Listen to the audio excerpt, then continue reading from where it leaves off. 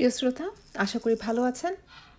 এখন যে গল্পটি পড়তে যাচ্ছি সেটি সত্যজিৎ রায়ের লেখা খগম। পড়ছি আমি ওয়ারা করিম। পেট্রোম্যাক্সের আলোতে বসে ডিনার খাচ্ছি। সবেমাত্র ডালনার ডিমে একটা কামড় দিয়েছি। এমন সময় চৌকিদার লক্ষ্মণ জিজ্ঞেস করল, আপ লোক ইমলি বাবা কো দর্শন নেহি করেঙ্গে? বলতে বাধ্য হলাম যে ইমলি বাবার নামটা আমাদের কাছে একেবারেই নতুন, তাই দর্শন করার প্রশ্নটা ওঠেই নি। লক্ষ্মণ বলল, জঙ্গল বিভাগের যে জিপটা আমাদের জন্য মোতায়েন হয়েছে তা ড্রাইভারকে বললেই সে আমাদের বাবার ডেরায় নিয়ে যাবে। জঙ্গলের ভিতরেই তার কুটির, ভারী মনোরম পরিবেশ, সাধু হিসেবেও নাকি খুব উঁচু স্তরের। ভারতবর্ষের নানান জায়গা থেকে গণ্যমান্য লোকেরা এসে তাকে দেখে যান, ইত্যাদি ইত্যাদি। এছাড়া আর যে ব্যাপারটা শুনে আরও কৌতূহল হলো সেটা হলো এই যে বাবার নাকি একটা পোশাক কিউটে আছে। সেটা বাবার কুটিরের কাছেই একটা গর্তে থাকে, আর রোজ সন্ধেবেলা গর্ত থেকে বেরিয়ে বাবার কাছে এসে ছাগলের দুধ খায়। ধৈর্যটিবাবু সব শুনে টুনে মন্তব্য করলেন যে দেশটা বুজরুকিতে ছেয়ে যাচ্ছে, বিশেষ করে ভণ্ড সাধু সন্ন্যাসীর সংখ্যা দিন দিন বিপজ্জনকভাবে বেড়ে চলছে। পশ্চিমে যতই বিজ্ঞানের প্রভাব বাড়ছে, আমাদের দেশটা নাকি ততই আবার নতুন করে কুসংস্কারের অন্ধকারের দিকে এগোচ্ছে। হোপলেস ব্যাপার মশাই, ভাবলে মাথায় রক্ত উঠে যায়। কথাটা বলে ধৈর্যটিবাবু হাত থেকে কাঁটা চামচ নামিয়ে রেখে পাশ থেকে ফ্লাই ফ্ল্যাপ বা মক্ষিকা মারণ দণ্ডটা তুলে নিয়ে টেবিলের উপর এক অব্যর্থ চাপড়ে একটা মশা মেরে ফেললেন। ভদ্রলোকের বয়স 45 থেকে 50-এর মধ্যে, বেটে, রোগা, ফর্সা, চোখা চোখা চেহারা, চোখ দুটো রীতিমতো কটা। আমার সঙ্গে আলাপ এই ভরতপুরে এসে। আমি এসেছি আগ্রা হয়ে, যাব জয়পুর মেজদার কাছে 2 হপ্তার ছুটি কাটাতে। এখানে এসে ডাকবাংলোয় বা ট্যুরিস্ট লজে জায়গা না পেয়ে শেষটায় অনেক কাঠখড় পুড়িয়ে শহরের বাইরে এই ফরেস্ট রেস্ট হাউসে এসে উঠেছে। তাতে অবশ্যই আক্ষেপের কিছু নেই, কারণ জঙ্গলে ঘেরা রেস্ট হাউসে থাকার মধ্যে বেশ একটা রোমাঞ্চকর আরাম আছে। ধৈর্যটিবাবু আমার একদিন আগে এসেছেন। কেন এসেছেন তা এখনও খুলে বলেননি, যদিও নিছক বেড়ানো ছাড়া আর অন্য কোনো কারণ থাকতে হবে এমন কোনো কথা নেই। আমরা দুজনে একই জিপে ঘোরাফেরা করছি। কাল এখান থেকে 22 মাইল পূবে দিক বলে একটা জায়গায় গিয়েছিলাম সেখানকার কেল্লা আর প্রাসাদ দেখতে। ভরতপুরের কেল্লাও আজ সকালে দেখা হয়ে গিয়েছে। আর বিকেলে গিয়েছিলাম কেওলা দেওরের ঝিলে পাখির আস্তানা দেখতে। সে এক অদ্ভুত ব্যাপার। 7 মাইলের উপর লম্বা ঝিল, তার মাঝে মাঝে ছোট ছোট দ্বীপের মতো ডাঙা মাথা উঁচিয়ে রয়েছে, আর সেই ডাঙার প্রত্যেকটিতে রাজ্যের পাখি এসে জড়ো হয়েছে। তার অর্ধেকের বেশি আমি কোনো কালে চোখেই দেখিনি। আমি অবাক হয়ে পাখি দেখছি, আর ধৈর্যটিবাবু ক্ষণে ক্ষণে কচকচ করে উঠছেন আর হাত দুটোকে অস্থিরভাবে এদিক ওদিক নাড়িয়ে মুখের আশপাশ থেকে উনকি সরাবার চেষ্টা করছেন। উনকি হলো একরকম ছোট্ট পোকা, ঝাঁকে ঝাঁকে এসে মাথার চারপাশে ঘোরে আর নাকে মুখে বসে। তবে পোকাগুলো এতই ছোট যে তাদের অনায়াসে অগ্রাহ্য করে থাকা যায়। কিন্তু ধৈর্যটিবাবু দেখলাম বারবার বিরক্ত হয়ে উঠছে। এত অধৈর্য হলে কি চলে? 8:30টার সময় খাওয়া শেষ করে সামনের বারান্দায় বেতের চেয়ারে বসে চাঁদনি রাতে জঙ্গলের শোভা দেখতে দেখতে ধৈর্যটিবাবুকে বললাম, ওই যে সাধুর কথা বলছিল, যাবেন নাকি দেখতে? ধৈর্যটিবাবু তার হাতে সিগারেটটা একটা ইউক্যালিপটাস গাছের গুঁড়ির দিকে তাক করে ছুঁড়ে ফেলে বলল, কেউটে পোষ মানে না, মানতে পারে না। সাপ সম্বন্ধে আমার যথেষ্ট জ্ঞান আছে। ছেলেবেলায় জলপাইগুড়িতে থাকতাম, নিজে হাতে অজস্র সাপ মেরেছি।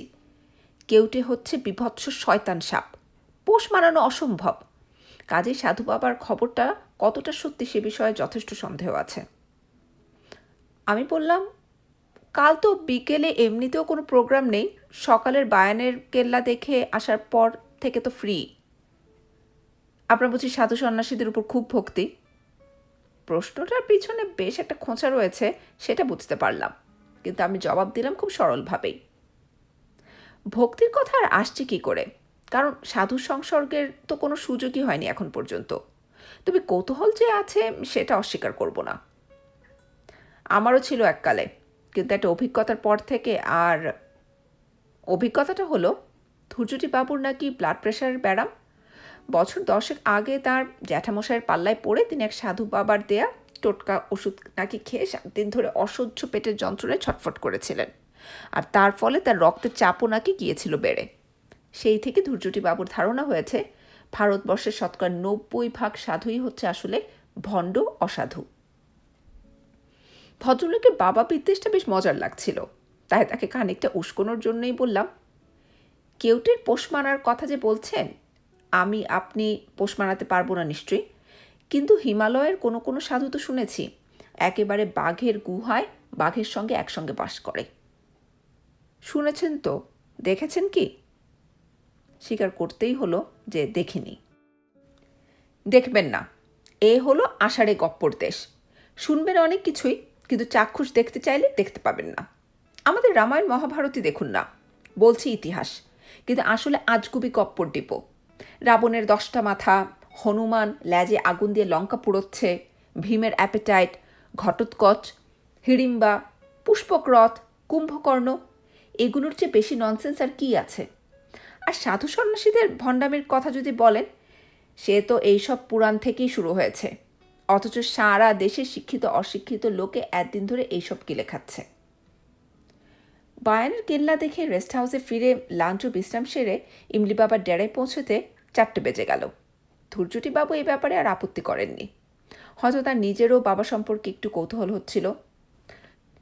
জঙ্গলের মধ্যে একটা দিব্যি পরিষ্কার খোলা জায়গায় একটা বিরাট তেঁতুল গাছের নিচে বাবার কুটির। গাছের থেকেই বাবার নামকরণ, আর সেটা করেছে স্থানীয় লোকেরা। বাবার আসল নাম কি তা কেউ জানে না। খেজুর পাতার ঘরে একটি মাত্র চেলা সঙ্গে নিয়ে ভাল্লুকের ছালের উপর বসে আছেন বাবা। চেলাটির বয়স অল্প, বাবার বয়স কত তা বোঝার জো নেই। সূর্য ডুবতে এখনও ঘণ্টাখানেক বাকি, কিন্তু তেঁতুল পাতার ঘন ছাউনির জন্য এই জায়গাটা এখনই বেশ অন্ধকার। কুটিরের সামনে ধুনি চলছে, বাবার হাতে গাঁজার কলকে।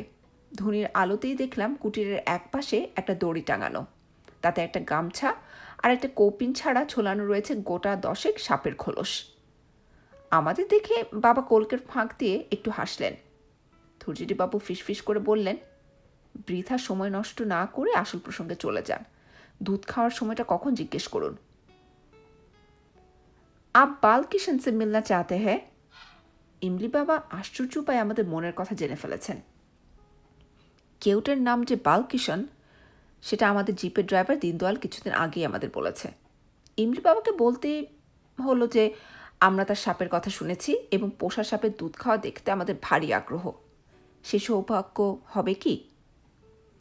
ইমলি বাবা আক্ষেপের ভঙ্গিতে মাথা নাড়লেন, বললেন, বালকিশন রোজই সূর্যাস্তের সঙ্গে সঙ্গে বাবার ডাক শুনে গর্ত থেকে বেরিয়ে কুটিরে এসে দুধ খেয়ে যায়। 2 দিন আগে পর্যন্ত এসেছে, কিন্তু গতকাল থেকে তার শরীরটা নাকি তেমন ভালো নেই। আজ পূর্ণিমা, আজও সে আসবে না, আসবে আবার কাল থেকে। সাপের শরীর খারাপ হয় এই খবরটা আমার কাছে নতুন, তবে পোষা তো হবে নাই বা কেন? গরু, ঘোড়া, কুকুর ইত্যাদির জন্য তো হাসপাতালই আছে। বাবার চেলা আরও একটা খবর দিল, একে তো শরীর খারাপ, তার উপর কিছু কাঠ পিঁপড়ে নাকি তার গর্তে ঢুকে বালকিশনকে বেশ কাবু করে ফেলেছিল। সেসব পিঁপড়ে নাকি বাবার অভিশাপে পঞ্চত্বপ্রাপ্ত হয়েছে। কথাটা শুনে ধৈর্যটি বাবা আমার দিকে আর চোখে চাইলেন। আমি কিন্তু ইমলি বাবার দিকেই দেখছিলাম।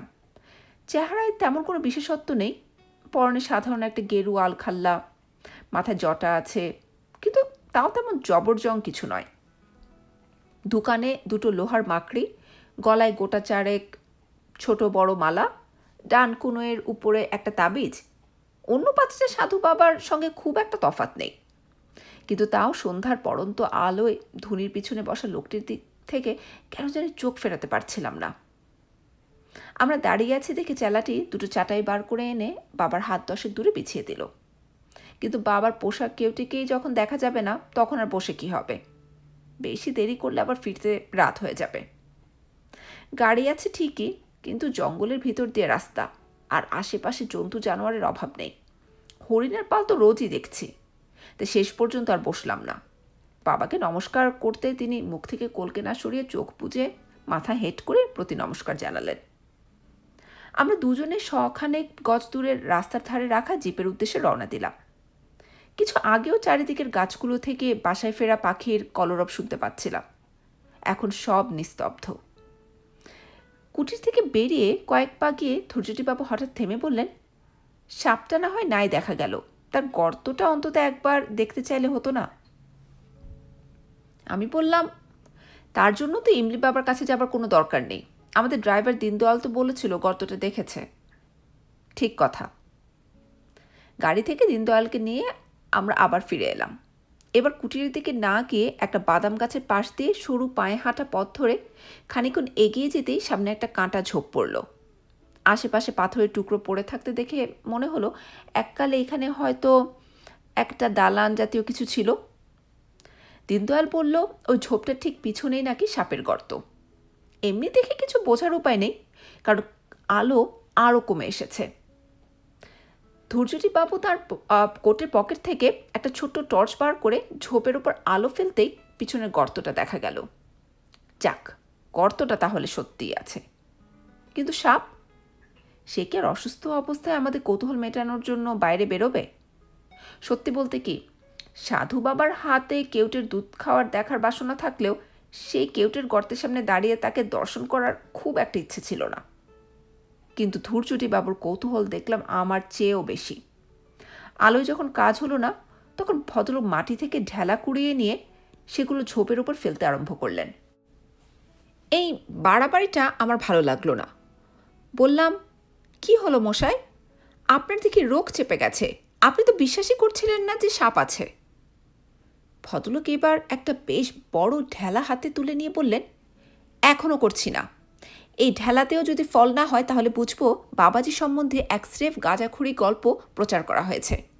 লোকের ভুল বিশ্বাস যত ভাঙানো যায় ততই মঙ্গল। ঠেলাটা একটা ভারী শব্দ করে ঝোপের উপর পড়ে কাটা সমেত পাতাগুলোকে তছনছ করে দিল। ধৈর্যটি বাবু টর্চটা ধরে আছেন গর্তের উপর।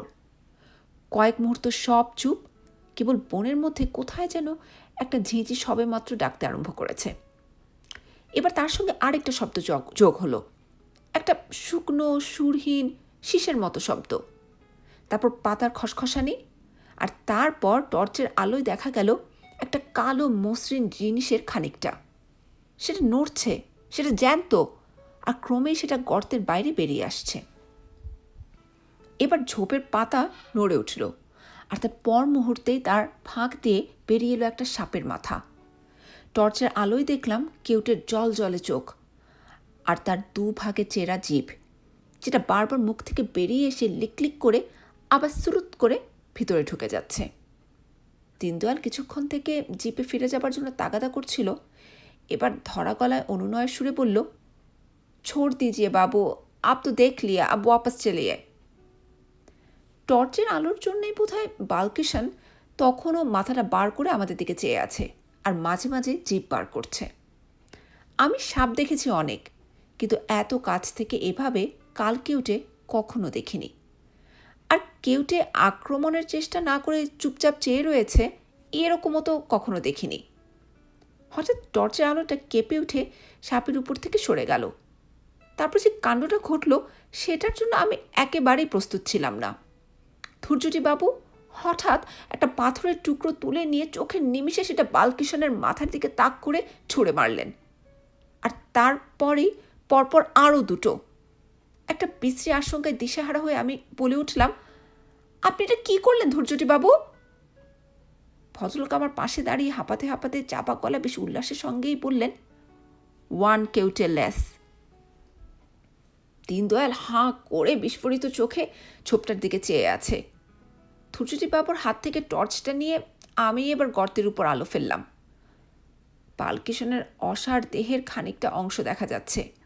ঝোপের পাতা লেগে রয়েছে সাপের মাথা থেকে ছিটকে বেরোনো খানিকটা রক্ত। এর মধ্যে কখন যে ইমলি বাবা আর তার চেলা আমাদের পিছনে দাঁড়িয়েছে তা বুঝতেই পারিনি। ধৈর্যটি বাবুই প্রথম পিছনে ফিরলেন। তারপর আমিও ঘুরে দেখি বাবা হাতে একটি যষ্টি নিয়ে আমাদের থেকে হাত 10 দূরে একটা বেঁটে খেজুর গাছের পাশে দাঁড়িয়ে ধৈর্যটি বাবুর দিকে এক দৃষ্টে চেয়ে আছেন। বাবা যে এত লম্বা সেটা বসা অবস্থায় বুঝতে পারিনি, আর তার চোখের চাহনির বর্ণনা দেওয়ার ক্ষমতা আমার নেই। শুধু এইটুকু বলতে পারি যে বিস্ময়, ক্রোধ আর বিদ্বেষ মেশানো এমন চাহনি আমি কারো চোখে দেখিনি। বাবার ডান হাতটা এবার সামনের দিকে উঠে এলো, এখন সেটা নির্দেশ করছে ধৈর্যটি বাবুর দিকে। হাতের তর্জনীটা এবার সামনের দিকে বেরিয়ে এসে নির্দেশটা আরও স্পষ্ট হলো। এই প্রথম দেখলাম বাবার আঙুলের এক একটা নখ প্রায় 2 ইঞ্চি লম্বা। কার কথা মনে পড়ছে বাবাকে দেখে? ছেলেবেলায় দেখা বিডেন স্ট্রিটে আমার মামা বাড়ির দেয়ালে টাঙানো রবি বর্মার আঁকা একটা ছবি। দুর্বাসা মুনি অভিশাপ দিচ্ছে শকুন্তলাকে। ঠিক এইভাবে হাত তোলা, চোখে ঠিক এই চাহনি। কিন্তু অভিশাপের কথা কিছু বললেন না ইমলি বাবা। তার গম্ভীর চাপা গলায় হিন্দিতে তিনি যা বললেন তার মানে হলো, একটা বালকিষাণ গিয়েছে তাতে কি হলো, আর একটা আসবে। বালকিষাণের মৃত্যু নেই, বালকিষাণ অমর। ধৈর্যজীবাবু তার ধুলোমাখা হাত রুমালে মুছে আমার দিকে ফিরে বললেন, চলুন। বাবার চেলা এসে গর্তের মুখ থেকে কেউটের মৃতদেহটা বার করে নিল, বোধহয় তার সৎকারের ব্যবস্থার জন্য। সাপের দৈর্ঘ্য দেখে আমার মুখ থেকে আপনা থেকেই একটা বিস্ময়সূচক শব্দ বেরিয়ে পড়ল। কেউটি যে এত লম্বা হতে পারে তা আমার ধারণাই ছিল না। ইমলি বাবা ধীরে ধীরে তার কুটিরের দিকে চলে গেলেন। আমরা তিনজন গিয়ে জিপে উঠলাম। রেস্ট হাউসে ফেরার পথে ধৈর্যটি বাবুকে গুম হয়ে বসে থাকতে দেখে তাকে একটা কথা না বলে পারলাম না। বললাম, সাপটা যখন লোকটার পোষা আর আপনার কোনো অনিষ্টও করছিল না, তখন ওটাকে মারতে গেলেন কেন? ভেবেছিলাম ভদ্রলোক বুঝি সাপ আর সাধুদের নিয়ে আরও কিছু করা কথা শুনিয়ে নিজের কুকীর্তি সমর্থন করার চেষ্টা করবেন, কিন্তু তিনি সেসব কিছু না করে উল্টো আমাকে একটা সম্পূর্ণ অবান্তর প্রশ্ন করে বসলেন। খগমকে বলুন তো মশাই, খগম। খগম নামটা আবছা আবছা চেনা চেনা মনে হচ্ছে, কিন্তু কোথায় শুনেছি বা পড়েছি মনে পড়ল না। ধৈর্যটি বাবু আরও দুবার আপন মনে খগম খগম করে শেষটায় চুপ করে গেলেন। রেস্ট হাউসে যখন পৌঁছলাম তখন 6:30 বাজে। ইমলি বাবার চেহারাটা মাঝে মাঝে মনে পড়ছে। দুর্বাসার মতো চোখ পাকিয়ে হাত তুলে রয়েছেন ধৈর্যটি বাবুর দিকে। ভদ্রলোকের কেন যে এমন মতিভ্রম হলো কে জানে। তবে মনটা বলছে ঘটনার শেষ দেখে এসেছি আমরা, কাজে ও নিয়ে আর ভেবে লাভ নেই। বাবা নিজেই বলেছেন বালকিষাণের মৃত্যু নেই। ভরতপুরের জঙ্গলে কি আর কেউটি নেই? কালকের মধ্যে নিশ্চয়ই বাবার চেলা চামুন্ডারা আরেকটা কেউটি ধরে এনে বাবাকে উপহার দেবে। ডিনারে লক্ষ্মণ মুরগির কারি রেঁধেছিল, আর তার সঙ্গে ঘিয়ে ভাজা হাতের রুটি আর উড়ুৎকা ডাল। সারাদিনের ঘোরাফেরার পর খিদেটা দিব্যি হয়। কলকাতায় রাত্রে যা খায় তার ডাবল খেয়ে ফেলি অক্লেশে। ধৈর্যটি বাবু ছোটোখাটো মানুষ হলে কি হবে, তিনিও বেশ খেতে পারেন। কিন্তু আজ যেন মনে হলো ভদ্রলোকের খিদে নেই। শরীর খারাপ লাগছে কিনা জিজ্ঞেস করাতে কিছু বললেন না। আমি বললাম, আপনি কি বালকিষাণের কথা ভেবে আক্ষেপ করছেন? ধৈর্যটিবাবু আমার কথায় মুখ খুললেন বটে, কিন্তু যা বললেন সেটাকে আমার প্রশ্নের উত্তর বলা চলে না। পেট্রোম্যাক্সের দিকে একদৃষ্টে তাকিয়ে থেকে গলাটাকে ভীষণ সরু আর মোলায়েম করে বললেন, সাপটা ফিস ফিস করছিল, ফিস ফিস করছিল। আমি হেসে বললাম, ফিস ফিস না, ফোঁস ফোঁস। ধৈর্যবাবু আলুর দিক থেকে চোখ না সরিয়ে মাথা নেড়ে বললেন, না, ফিস ফিস। সাপের ভাষা, সাপের শীষ, ফিস ফিস, ফিস ফিস। কথাটা বলে ভদ্রলোক নিজেই জিভের ফাঁক দিয়ে সাপের শীষের মতো শব্দ করলেন কয়েকবার। তারপর আবার ছড়া কাটার ভঙ্গিতে মাথা নেড়ে বললেন, সাপের ভাষা, সাপের শীষ, ফিস ফিস, ফিস ফিস। বালকিষাণের বিষম বিষ, ফিস ফিস, ফিস ফিস। এটা কি ছাগলের দুধ? শেষ কথাটা অবশ্য ছড়ার অংশ নয়, সেটা হলো সামনে প্লেটে রাখা পুডিংকে উদ্দেশ্য করে। লক্ষ্মণ শুধু দুধটা বুঝে ছাগল টাগল না বুঝে বলল, হ্যাঁ বাবু, দুধ হ্যায় আর আন্ডে ভি হ্যায়। দুধ আর ডিম দিয়ে যে পুডিং হয় সে কে না জানে। ধৈর্যবাবু লোকটার স্বভাবতই একটু খামখেয়ালি ও ছিটগ্রস্ত, কিন্তু ওর আজকের হাবভাবটা একটু বাড়াবাড়ি বলে মনে হচ্ছিল।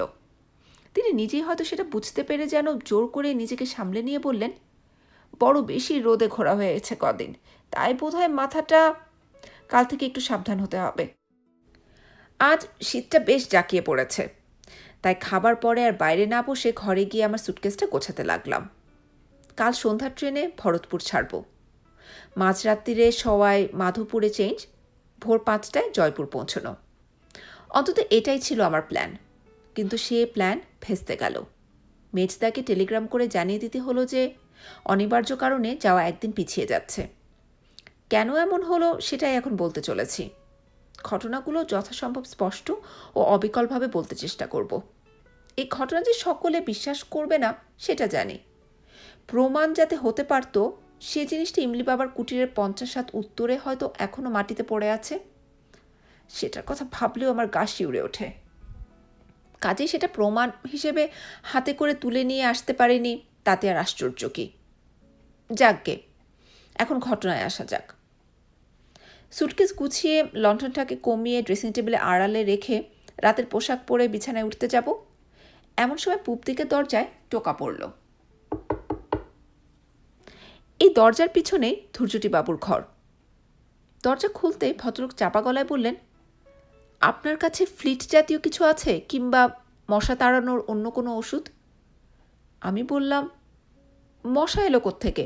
আপনার ঘরের দরজা জানলায় জাল দেওয়া নেই? তা আছে, তবে তাও কি যেন কামড়াচ্ছে। সেটা টের পাচ্ছেন আপনি? হাতে মুখে দাগ হয়ে যাচ্ছে। দরজার মুখটায় অন্ধকার, তাই ভদ্রলোকের চেহারাটা ভালো করে দেখতে পাচ্ছিলাম না। বললাম, আসুন ভিতরে, দেখি কি দাগ হলো। ধূর্যটিবাবু ঘরের ভিতরে এলেন। লণ্ঠনটা সামনে তুলে ধরতেই দাগগুলো দেখতে পেলাম। রুহিতন মার্কা কালশিটের মতো দাগ। এই জিনিস আগে কখনো দেখিনি, আর দেখে মোটেই ভালো লাগলো না। বললাম, বিদঘুটে ব্যারাম বাঁধিয়েছেন, অ্যালার্জি থেকে হতে পারে। কাল সকালে উঠে ডাক্তারের খোঁজ করতে হবে। আপনি বরং ঘুমোতে চেষ্টা করুন, ও নিয়ে আর চিন্তা করবেন না। আর এটা পোকার ব্যাপার নয়, অন্য কিছু। যন্ত্রণা হচ্ছে কি? তাও ভালো, যান শুয়ে পড়ুন। ভদ্রলোক চলে গেলেন, আর আমিও বিছানায় উঠে কম্বলের তলায় ঢুকে পড়লাম। রাত্রে ঘুমোবার আগে বিছানায় শুয়ে বই পড়ার অভ্যেস। এখানে লণ্ঠনের আলোয় সেটা আর পড়া সম্ভব হচ্ছে না। আর সত্যি বলতে কি, সেটা প্রয়োজনীয় নেই। সারাদিনে ক্লান্তির পর বালিশে মাথা দেবার 10 মিনিটের মধ্যে ঘুম এসে যায়। কিন্তু আজ আর সেটা হলো না। একটা গাড়ির শব্দে তন্দ্রা ভেঙে গেল। সাহেবের গলা শুনতে পাচ্ছি, আর একটা অচেনা কুকুরের ডাক। ট্যুরিস্ট এসেছে রেস্ট হাউসে। কুকুরটা ধমক খেয়ে চেঁচানো থামালো। সাহেবরাও বোধহয় ঘরে ঢুকে পড়েছে। আবার সব নিস্তব্ধ। কেবল বাইরে ঝিঁঝি ডাকছে। না, শুধু ঝিঁঝি নয়, তাছাড়াও আরেকটা শব্দ পাচ্ছি। আমার পূব দিকের প্রতিবেশী এখনো সজাগ। শুধু সজাগ নয়, সচল। তার পায়ের শব্দ পাচ্ছি। অথচ দরজার তলার ফাঁক দিয়ে কিছুক্ষণ আগেই দেখেছি লণ্ঠনটা হয় নিভিয়ে দেওয়া হলো, না হয় পাশের বাথরুমে রেখে আসা হলো। অন্ধকার ঘরে ভদ্রলোক পায়চারি করছেন কেন? এই প্রথম আমার সন্দেহ হলো যে ভদ্রলোকের মাথায় হয়তো ছিটেরও একটু বেশি কিছু আছে। তার সঙ্গে আমার আলাপ মাত্র 2 দিনের। তিনি নিজে যা বলেছেন তার বাইরে তার সম্বন্ধে আমি কিছুই জানি না। কিন্তু সত্যি বলতে কি, মাত্র কয়েক ঘন্টা আগে পর্যন্ত যাকে পাগলামো বলে, তার কিন্তু কোনো লক্ষণ আমি ধূর্যটি বাবুর মধ্যে দেখিনি। দিক আর বায়ানের কেল্লা দেখতে দেখতে তিনি যে ধরনের কথাবার্তা বলছিলেন, তাতে মনে হয় ইতিহাসটা তার বেশ ভালোভাবেই পড়া আছে। শুধু তাই নয়, আর্ট সম্বন্ধেও তার যথেষ্ট জ্ঞান আছে, সেটারও প্রমাণ তিনি তার কথাবার্তায় দিয়েছেন। রাজস্থানের স্থাপত্যে হিন্দু ও মুসলমান কারিগরদের কাজের কথা তিনি রীতিমতো উৎসাহের সঙ্গে বলছিলেন। না, ভদ্রলোকের শরীরটাই বোধহয় খারাপ হয়েছে। কাল একজন ডাক্তারের খোঁজ করা অবশ্য কর্তব্য। আমার ঘড়ির রেডিয়াম ডায়ালে তখন বলছে 11:15। পূবের দরজায় আবার টোকা পড়ল। এবার বিছানা থেকে না উঠে একটা হাঁক দিলাম। কি ব্যাপার ধূর্যটি বাবু? কি বলছেন? বুঝলাম ভদ্রলোকের কথা আটকে গেছে। এ তো আচ্ছা ফ্যাসাতে পড়া গেল। আবার বললাম, কি বলছেন ঠিক করে বলুন। শুনবেন একটু? অগত্যা উঠলাম। দরজা খুলতে ভদ্রলোক এমন একটা ছেলে মানুষের মতো প্রশ্ন করলেন যে আমার বেশ বিরক্তই লাগলো। আচ্ছা, সাপ কি দন্তস্ব? আমি আমার বিরক্তি লুকোবার চেষ্টা করলাম না। আপনি এইটা জানবার জন্য এত রাত্রে দরজা ধাক্কালেন? দন্ত স? আগে হ্যাঁ, সাপ মানে হচ্ছে সর্প, স্নেক, তখন দন্ত স। আর তালব্য স, সেটা অন্য সাপ, তার মানে অভিশাপ। হ্যাঁ, অভিশাপ। থ্যাংক ইউ, শুয়ে পড়ুন। ভদ্রলোকের অবস্থা থেকে আমার একটু একটু মায়া হচ্ছিল। বললাম, আপনাকে বরং একটু ঘুমের ওষুধ দিই, ও জিনিসটা আমার কাছে আছে, খাবেন? না, শীতকালে এমনিতেই ঘুমোই, শুধু সন্ধ্যার সূর্যাস্তের সময়। ভদ্রলোকে বাধা দিয়ে বললাম, আপনার জিভে কিছু হয়েছে নাকি? কথা আটকে যাচ্ছে কেন? আপনার টর্চটা একবার দিন তো। ভদ্রলোকের পিছন পিছন আমিও ওর ঘরে ঢুকলাম। টর্চটা ড্রেসিং টেবিলের উপর রাখা ছিল, সেটা জেলে ভদ্রলোকের মুখের সামনে ধরতে তিনি হাঁ করে জিভটা বার করে দিলেন। জিভে কিছু যে একটা হয়েছে সে বিষয়ে সন্দেহ নেই।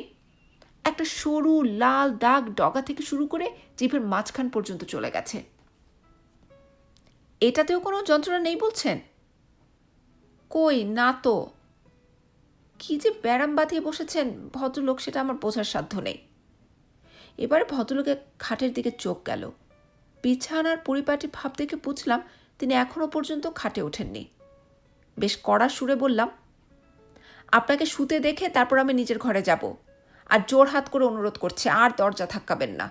কাল ট্রেনে ঘুম হবে না জানি, তাই আজকের রাতটা ঘুমিয়ে নিতে চাই। ভদ্রলোক কিন্তু খাটের দিকে যাবার কোনো রকম আগ্রহ দেখালেন না। লণ্ঠনটা বাথরুমে রাখা হয়েছে, তাই ঘরে প্রায় আলো নেই বললেই চলে। বাইরে পূর্ণিমার চাঁদ, উত্তরের জানলা দিয়ে ঘরের মেঝেতে জ্যোৎস্না এসে পড়েছে, তারই প্রতিফলিত আলোয় ধৈর্যটিবাবুকে দেখতে পাচ্ছি। স্লিপিং স্যুট পরে দাঁড়িয়ে আছেন, আর মাঝে মাঝে ঠোঁট ফাঁক করে শীষ দেওয়ার মতো শব্দ করছেন। আমি আসবার সময় কম্বলটা গায়ে জড়িয়ে এসেছি, অথচ ধৈর্যটিবাবু দিব্যি গরম টরম কিচ্ছু না পড়ে দাঁড়িয়ে আছেন। ভদ্রলোক শেষটা যদি সত্যি একটা গোলমেলে ব্যারাম বাঁধিয়ে বসেন, তাহলে তো তাকে ফেলে আমার পক্ষে যাওয়াও মুশকিল হবে। বিদেশে বিভূয়ে একজন বাঙালি বিপদে পড়লে আরেকজন তার জন্য কিছু না করে সরে পড়বে, এ তো হতে পারে না। আরেকবার তাকে বিছানায় শুতে বলেও যখন কোনো ফল হলো না, তখন বুঝলাম ওর হাতটা ধরে টেনে নিয়ে জোর করে শুয়ে দেওয়া ছাড়া আর কোনো রাস্তা নেই। তিনি যদি অবাধ্য শিশু হতে চান, আমাকে তার গুরুজনের ভূমিকা নিতেই হবে। কিন্তু তার হাতটা ধরা মাত্র আমার শরীরে এমন একটা প্রতিক্রিয়া হলো যে আমি চমকে 3 হাত পিছিয়ে গেলাম। ধৈর্যটিবাবুর শরীর বরফের মতো ঠান্ডা। জ্যান্ত মানুষের শরীর এত ঠান্ডা হতে পারে, এই আমি কল্পনাই করতে পারিনি। আমার অবস্থা দেখেই বোধহয় ধৈর্যটিবাবুর ঠোঁটের কোণে একটা হাসির ভাব ফুটে উঠল। তার কটা চোখ দিয়ে তিনি এখন আমার দিকে চেয়ে মিচকি মিচকি হাসছেন। আমি ধরা গলায় বললাম, আপনার কি হয়েছে বলুন তো? ধৈর্যটিবাবু আমার দিক থেকে চোখ সরালেন না, এক দৃষ্টে চেয়ে আছেন প্রায় মিনিট খানেক ধরে। অবাক হয়ে দেখলাম যে একটিবারও তার চোখের পাতা পড়ল না। এরই মধ্যে তার জিভটা বার কয়েক ঠোঁটের ফাঁক দিয়ে বেরোলো। তারপর তিনি ফিস ফিস গলায় বললেন, বাবা ডাকছেন, বালকিষণ, বালকিষণ, বাবা ডাকছেন। তারপর ভদ্রলোকের হাঁটু ভাঁজ হয়ে গেল। তিনি প্রথমে হাঁটু গেড়ে বসলেন, তারপর শরীরটাকে সামনে এগিয়ে দিয়ে মাটিতে উপর হয়ে শুয়ে কনুইয়ের উপর ভর করে নিজেকে হেঁচড়ে টেনে নিয়ে খাটের তলায় অন্ধকারে চলে গেলেন। আমি বেশ বুঝতে পারছিলাম যে আমার সমস্ত শরীর ঘামে ভিজে গেছে, হাত পা ঠকঠক করে কাঁপছে, আর আমি দাঁড়িয়ে থাকতে পারছি না। ভদ্রলোক সম্বন্ধে দুশ্চিন্তা কেটে গিয়ে এখন যেটা অনুভব করছি, সেটা অবিশ্বাস আর আতঙ্কে মেশানো একটা অদ্ভুত ভয়াবহ ভাব। নিজের ঘরে ফিরে এলাম। দরজাটা বন্ধ করে খিল লাগিয়ে আপাতমস্তক কম্বল মুড়ি দিয়ে কিছুক্ষণ শুয়ে থাকার পর কাঁপুনিটা কমল। চিন্তাটা একটু পরিষ্কার হলো। ব্যাপারটা কোথায় গিয়ে দাঁড়িয়েছে এবং চোখের সামনে যা ঘটতে দেখেছি তা থেকে কি সিদ্ধান্তে পৌঁছানো যায় সেটা একবার ভেবে দেখলাম। আজ বিকেলে আমার সামনে ধৈর্যটিবাবু ইমলি বাবার পোশাক কেউটেকে পাথরের ঘায়ে মেরে ফেললেন। তারপরে ইমলি বাবা ধৈর্যটিবাবুর দিকে আঙুল দেখিয়ে বললেন, একটা বালকিষণ গেছে, তার জায়গায় আরেকটা বালকিষাণ আসবে। সেই দ্বিতীয় বালকিষাণ কি মানুষ, না সাপ, নাকি সাপ হয়ে যাওয়া মানুষ? ধূর্যটিবাবুর সর্বাঙ্গে চাকা চাকা দাগগুলো কি?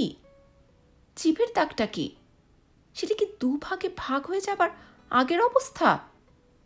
তার শরীর এত ঠান্ডা কেন? তিনি খাটে না শুয়ে খাটের তলায় ঢুকলেন কেন? হঠাৎ বিদ্যুতের ঝলকের মতো একটা জিনিস মনে পড়ে গেল। খগম! ধূর্যটিবাবু জিজ্ঞেস করেছিলেন খগমের কথা। নামটা চেনা চেনা লাগছিল, কিন্তু বুঝতে পারিনি। এখন মনে পড়ে গেছে। ছেলেবেলায় পড়া মহাভারতের একটা গল্প। খগম নামে এক তপস্বী ছিলেন। তার সাপে তার বন্ধু সহস্রপাদ মুনি ঢোড়া সাপ হয়ে যান। খগম, সাপ, সাপ সব মিলে যাচ্ছে। তবে তিনি হয়েছিলেন ঢোড়া, আর ইনি কি? আমার দরজায় আবার কে যেন ধাক্কা দিচ্ছে। উপর দিকে নয়, তলার দিকে, চৌকাঠের ঠিক উপরে। একবার, দুবার, তিনবার। আমি বিছানা থেকে নড়লাম না। দরজা আমি খুলব না, আর না। আওয়াজ বন্ধ হলো। আমি দম বন্ধ করে কান পেতে আছি। এবার কানে এলো শীষের শব্দ। দরজার কাছ থেকে ক্রমে সেটা দূরে সরে গেল।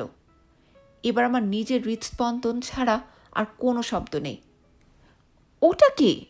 একটা চিঁচি শব্দ, একটা তীক্ষ্ণ মিহি আর্তনাদ। ইঁদুর নাকি? এখানে ইঁদুর আছে। প্রথম রাত্রি দেখেছি আমার ঘরে। পরদিন লক্ষ্মণকে বলাতে সে রান্নাঘর থেকে একটা ইঁদুর ধরা কলে জ্যান্ত ইঁদুর দেখিয়ে নিয়ে গেল। বলল, চুহা তো আছেই, ছুচুন্দরও আছে। আর্তনাদ ক্রমে মিলিয়ে এসে আবার নিস্তব্ধতা। 10 মিনিট গেল। ঘড়ি দেখলাম, 1:45। ঘুম যে কোথায় উধাও হয়েছে জানি না। জানলা দিয়ে বাইরের গাছপালা দেখা যাচ্ছে। চাঁদ বোধ হয় ঠিক মাথার উপরে। একটা দরজা খোলার শব্দ। পাশের ঘরে ধূর্যটিবাবু বারান্দায় যাবার দরজাটা খুলেছেন। আমার ঘরের যেদিকে জানলা, বারান্দায় যাবার দরজাও সেই দিকে। ধূর্যটিবাবুর ঘরেও তাই। বারান্দা থেকে নেমে 20 হাত গেলেই গাছপালা শুরু হয়। ধূর্যটিবাবু বারান্দায় বেরিয়েছেন। কোথায় যাচ্ছেন তিনি? কি মতলব তাঁর? আমি এক দৃষ্টে জানলার দিকে চেয়ে রইলাম। শীষের শব্দ পাচ্ছি, সেটা ক্রমশ বাড়ছে। এবার সেটা ঠিক আমার জানলার বাইরে। জানলাটা ভাগ্যিস জালে ঢাকা, নইলে একটা কি যেন জিনিস জানলার তলার দিক থেকে উপরে উঠছে। খানিকটা উঠে থেমে গেল। একটা মাথা। লণ্ঠনের আবছা আলোয় দুটো জল জ্বলে কটা চোখ।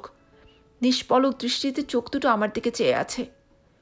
প্রায় মিনিটখানেক এভাবে থাকার পর একটা কুকুরের ডাক শোনা মাত্র মাথাটা বাঁ দিকে ঘুরে পরক্ষণে আবার নিচের দিকে নেমে অদৃশ্য হয়ে গেল।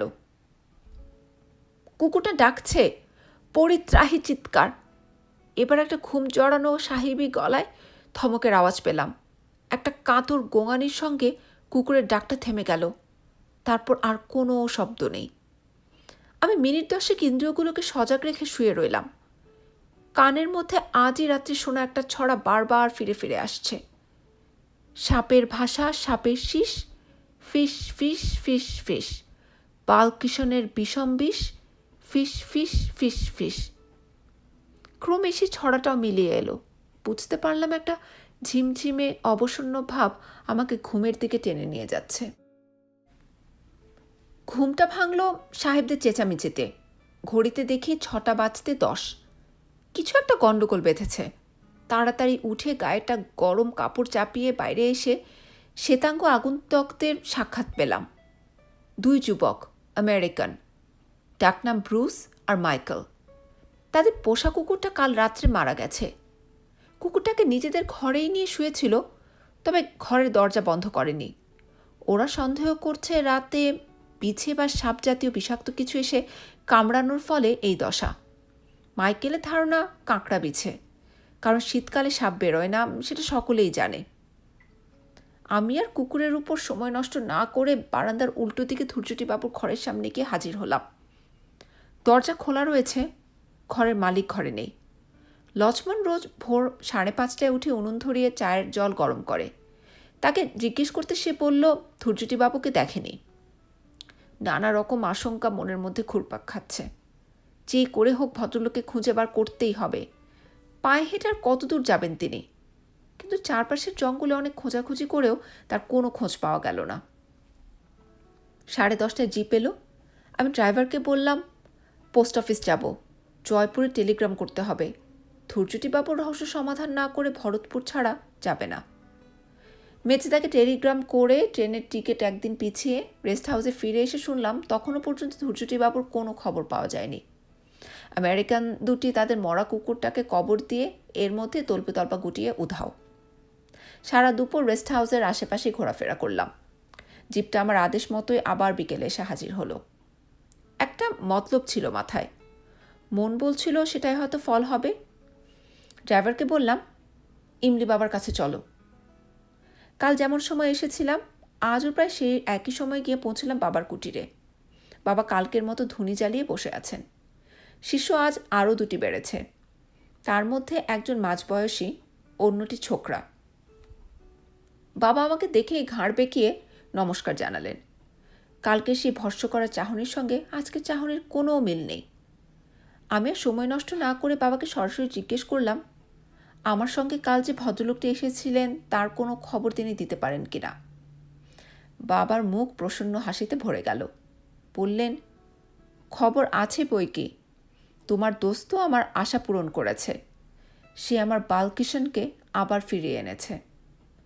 এই প্রথম চোখে পড়ল বাবার ডান পাশে রাখা রয়েছে একটা পাথরের বাটি। সেই বাটিতে যে সাদা তরল পদার্থটা রয়েছে সেটা দুধ ছাড়া আর কিছুই নয়। কিন্তু সাপ আর দুধের বাটি দেখতে তো আর আমি এত দূর আসিনি। আমি এসেছি ধুরজুটি প্রসাদ বসুর খোঁজে। লোকটা তো আর হাওয়ায় মিলিয়ে যেতে পারে না। তার অস্তিত্বের একটা চিহ্ন যদি দেখতে পেতাম তবু খানিকটা নিশ্চিন্ত হওয়া যেত। ইমলি বাবা মানুষের মনের কথা বুঝে ফেলতে পারেন, এটা আগেও দেখেছি। গাঁজার কলকেতে বড় রকমের একটা টান দিয়ে সেটা পাশের প্রৌঢ় চেলার হাতে চালান দিয়ে বললেন, তোমার বন্ধুকে তো তুমি আর আগের মতো ফিরে পাবে না, তবে তার স্মৃতিচিহ্ন সে রেখে গেছে। সেটা তুমি বালকিশনের ডেরায় 50 পা দক্ষিণে পাবে। সাবধানে যেও, অনেক কাটা গাছ পড়বে পথে। বাবার কথা মতো গেলাম বালকিশনের গর্তের কাছে। সে গর্তে এখন সাপ আছে কিনা সেটা জানার আমার বিন্দু মাত্র কৌতূহল নেই। আকাশে ডুবু সূর্যের দিকে চেয়ে হিসেব করে দক্ষিণ দিক ধরে এগিয়ে গেলাম। ঘাস, কাটা ঝোপ, পাথরের টুকরো আর চোরা কাঁটার ভেতর দিয়ে গুনে 50 পা এগিয়ে গিয়ে একটা অর্জুন গাছের গুড়ির ধারে যে জিনিসটা পড়ে থাকতে দেখলাম, সেরকম জিনিস এই কয়েক মিনিট আগে ইমলিবাবুর কুটিরে দড়ি থেকে ঝুলছে দেখে এসেছি। সেটা একটা খোলস। সারা খোলসের উপর রোহিতন মার্কা নকশা। সাপের খোলস কি? না, তা নয়। সাপের শরীর কি এত চওড়া হয়? আর তার দুপাশ দিয়ে কি দুটো হাত, আর তলা দিয়ে কি একজোড়া পা বেরোয়? আসলে এটা একটা মানুষের খোলস। সে মানুষটা আর এখন মানুষ নেই। সে এখন ওই গর্তটার মধ্যে কুণ্ডুলি পাকিয়ে শুয়ে আছে। সে জাতে কেউটে, তার দাঁতে বিষ। ওই যে তার শীষ শুরু হলো, ওই যে সূর্য ডুবল, ওই যে ইমলি বাবা ডাকছে, বালকিশন, বালকিশন, বালকিশন। এই গল্পটি সন্দেশ পত্রিকায় 1379 সালের ফাল্গুন চৈত্র সংখ্যায় প্রকাশিত হয়েছিল। গল্পটি শুনে যদি ভালো লেগে থাকে তাহলে চ্যানেলটি সাবস্ক্রাইব করুন এবং বেল আইকনে ক্লিক করুন পরবর্তী গল্পের নোটিফিকেশনের জন্য। অনেক অনেক ধন্যবাদ।